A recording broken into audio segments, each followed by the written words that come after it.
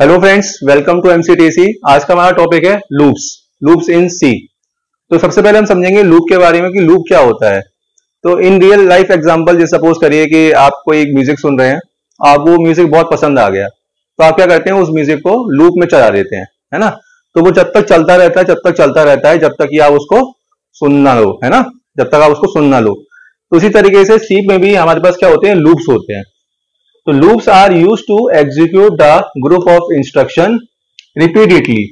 Loop में क्या होता है कि हमारे पास एक इंस्ट्रक्शन का एक ग्रुप होता है, उसको हम क्या करते हैं, रिपीट कराते रहते हैं।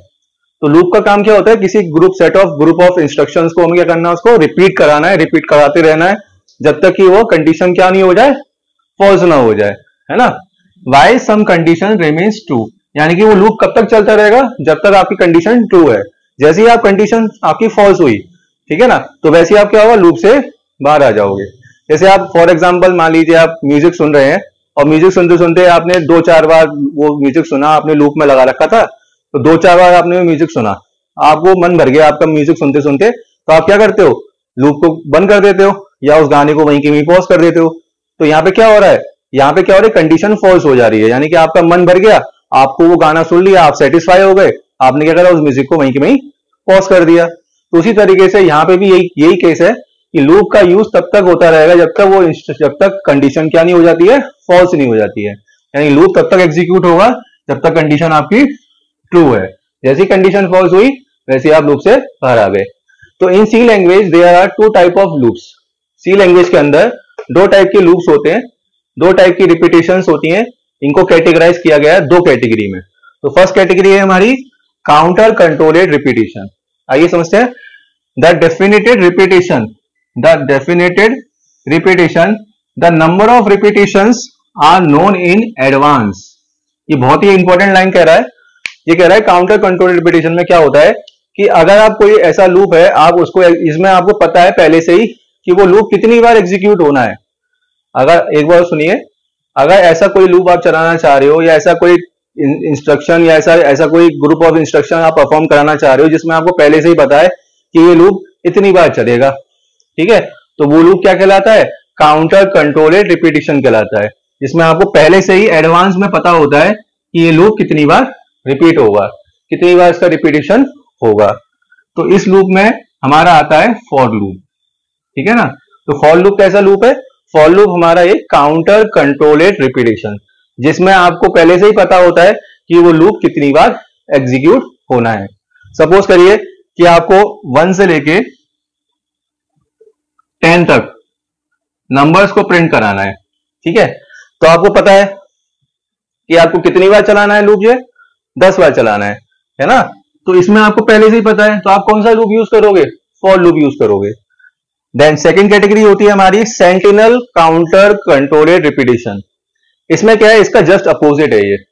इसमें तो आपको पहले से पता होता है कि लूप कितनी बार एग्जीक्यूट होगा, लेकिन सेंट्रल कंट्रोलेड रिपीटेशन में आपको ये नहीं पता कि वो लूप कब तक एग्जीक्यूट होगा, कितनी बार एग्जीक्यूट होगा, ये आपको पहले से नहीं पता होता। देखिए, the number of repetition are not known. यहां पे क्या कह रहा है, पहले से ही नहीं पता होता कि, यहां तो पता होता है, यहां नहीं पता होता कि लूप कितनी बार एग्जीक्यूट होगा, है ना। इन एडवांस पहले से नहीं पता होता। इनडिफाइंड रिपीटेशन होता है, यानी कि यहाँ पे डिफाइन ही नहीं किया जाता कि ये लूप कितनी बार एग्जीक्यूट होगा। यहां तो हमने डिफाइन कर दिया कि हमें 1 से लेके 10 तक चलाना है इसको, यानी कि 10 बार रिपीटेशन होगा, है ना। लेकिन यहां कोई डिफाइन नहीं किया जाता है। तो इस केस में हमारे पास 2 टाइप के लूप होते हैं, व्हाइल लूप और डू व्हाइल लूप, ठीक है।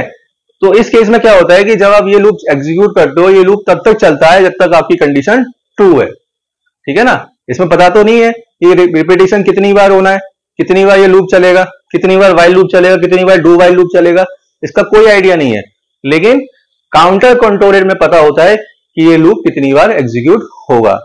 इस केस में हमारा ये लूप तब तक एग्जीक्यूट होगा जब तक कंडीशन ट्रू है। जैसी कंडीशन फॉल्स हुई आप लूप से बाहर आ जाते हो। आइए इस पे हम एक प्रोग्राम और बनाते हैं।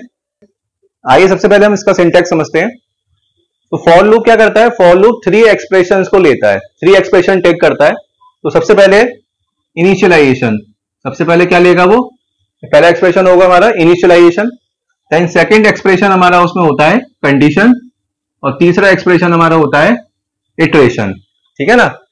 तो फॉर इनिशियलाइजेशन, जैसे कि फॉर एग्जांपल आपको 1 से लेके 10 तक नंबर्स को प्रिंट करना है, तो आप यहाँ पे क्या इनिशियलाइज करोगे, यहाँ पे आप आई की वैल्यू को इनिशियलाइज करोगे 1 से, क्योंकि आपको 1 से लेके 10 तक चलाना है, ठीक है ना। तो 1 से लेके 10 तक चलाना है, कब तक चलाना है, जब तक ये 10 के आई की वैल्यू 10 के इक्वल ना हो जाए। तो आप यहां लिखोगे i is less than equals to 10 लिखोगे, और इसको आपको इंक्रीज भी कराना पड़ेगा, क्योंकि 1 के बाद क्या आएगा, 2, 3, 4 इस तरीके से आपको चलाना है। तो इटरेशन में क्या आएगा, आई प्लस प्लस आ जाएगा, ठीक है ना। तो सबसे पहले क्या किया हमने, आई की वैल्यू को इनिशियलाइज कराया 1 से, और दूसरा क्या कर रहा है, कंडीशन, ये कब तक चलता रहेगा लूप, जब तक आई की वैल्यू 10 के इक्वल ना हो जाए।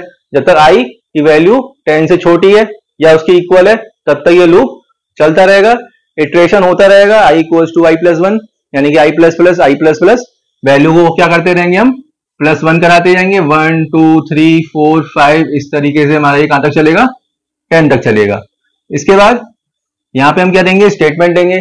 जैसे आपको यहाँ पे आई की वैल्यू को प्रिंट कराना है, तो आप printf लिख करके आई की वैल्यू को यहाँ प्रिंट भी करा सकते हो। आइए हम इस पे एक प्रोग्राम बनाते हैं। तो सबसे पहले हम क्या लिखेंगे, header file hash include stdio.h, second header file है हैश इंक्लूड conio.h। देन हम लिखेंगे अपना मेन फंक्शन स्टार्ट करेंगे, मेन वॉइड मेन, देन अपना कर्ली ब्रेस ओपन करेंगे। तो यहाँ पे हमें क्या करना है, सबसे पहले हमें इस प्रोग्राम में करना क्या है, बेसिकली हमें इसमें 1 से लेकर 10 तक नंबर्स को प्रिंट कराना है। तो हम सबसे पहले क्या करेंगे, एक वेरिएबल क्रिएट करेंगे जो कि इंटीजर टाइप का होगा, इंटीजर आई। इसके बाद हम clr फंक्शन चलाएंगे, पुराना आउटपुट क्लियर करेंगे। अब हम यहाँ पे यूज करेंगे फॉर लूप, ठीक है ना। तो हम यहाँ लिखेंगे फॉर, सबसे पहले हम क्या करेंगे, आई की वैल्यू को इनिशियलाइज कराएंगे 1 से, तो आई इक्वल्स टू क्या हो जाएगा, 1 हो जाएगा।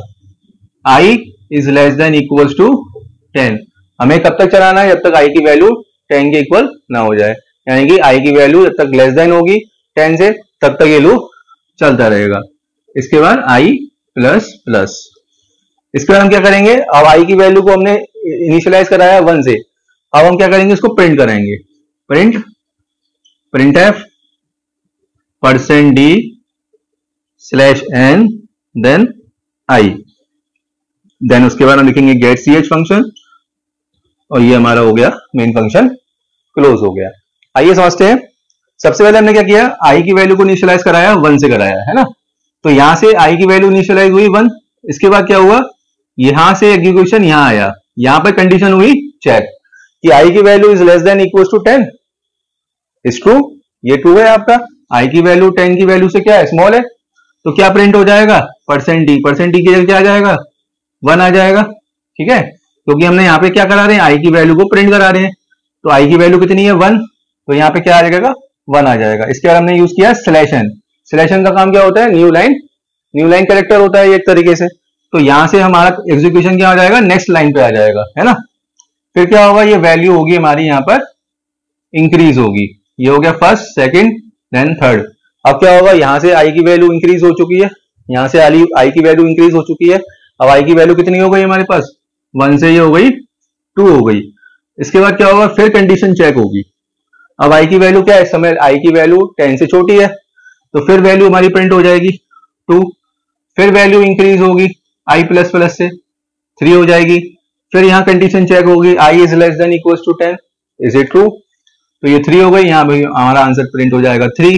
फिर ये आई की वैल्यू प्लस हो जाएगी 1 से, तो ये हो जाएगी 4, फिर ये वैल्यू यहाँ पर कंडीशन चेक होगी, फिर ये वैल्यू यहाँ पे प्रिंट हो जाएगी।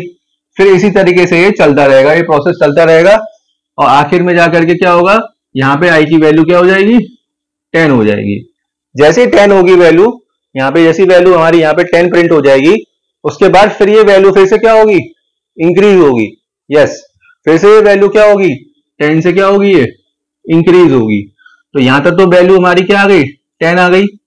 अब इसके बाद फिर ये वैल्यू इंक्रीज होगी, फिर यहाँ पे कंडीशन चेक होगी, तो इस केस में हमारा क्या होगा, यहाँ पे हमारी कंडीशन क्या हो जाएगी, फॉल्स हो जाएगी, क्योंकि i is not less than equals to 10।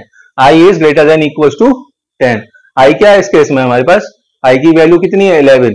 तो इस केस में क्या हो रहा है, यहाँ पे कंडीशन क्या हो रही है, फॉल्स हो रही है। तो जैसी कंडीशन फॉल्स होगी, यहां से ये लूप से क्या हो जाएगा, ये हमारा जो कंपाइलर है लूप से बिल्कुल बाहर आ जाएगा, ठीक है ना।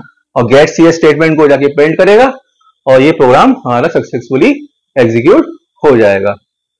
आशा है दोस्तों आपको समझ में आया होगा। मिलते हैं नेक्स्ट वीडियो में। Please like, share and subscribe. Thank you.